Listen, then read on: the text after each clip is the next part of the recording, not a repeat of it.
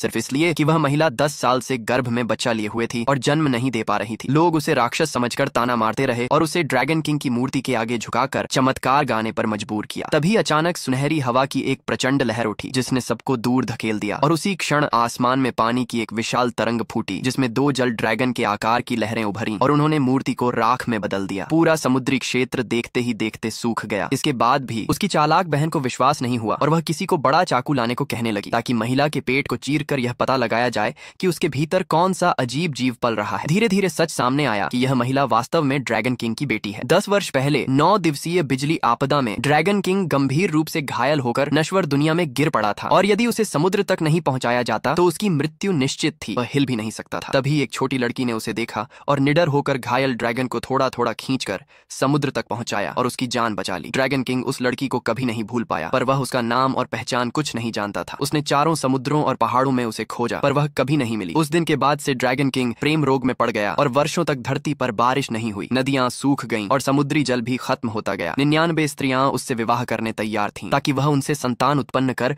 दुनिया के सूखे को खत्म कर सके, मगर उसके मन में पहले से ही एक व्यक्ति बस चुका था और वह किसी को स्वीकार नहीं करता था। तभी उन स्त्रियों में उसे वही महिला दिखी जिसने वर्षों पहले उसे बचाया था। यह बात समझते ही ड्रैगन किंग तुरंत उड़ते अजगर के रूप में बदल गया और उसे खोजने निकल पड़ा। उधर वह लड़की जो अब महिला बन चुकी थी पिछले 10 वर्षों से अकेली पानी ढोती और दिन भर खाना बनाती रही। उसके पेट में पल रहा ड्रैगन का वरदान अब 2 छोटे अजगरों में बदल चुका था जो समय समय पर अपनी माँ की मदद करते थे और जब भी कोई उसे धमकाता वे जादू से उसके पास का ताजा पानी गायब कर देते थे। महिला अधिक पानी ले आती तो उसके माता पिता उस पर नाराज होते और यहाँ तक कि उसके गर्भ में पल रहे बच्चों को नुकसान पहुंचाने की बात तक कर देते थे।